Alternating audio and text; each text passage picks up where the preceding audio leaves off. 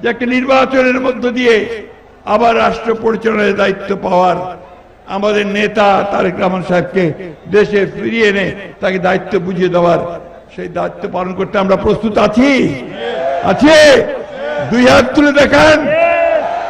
বিএনপিকে আপনারা কেউ লেট ডাউন করতে দেবেন, পিছিয়ে নামতে দেবেন? বিএনপির পক্ষে সবাই দাঁড়ান।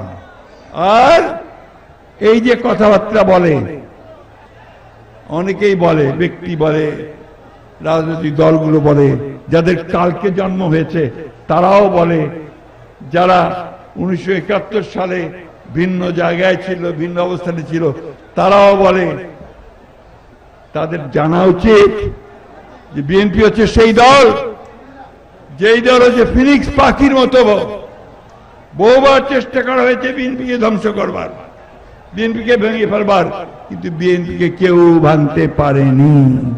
পেরেছে?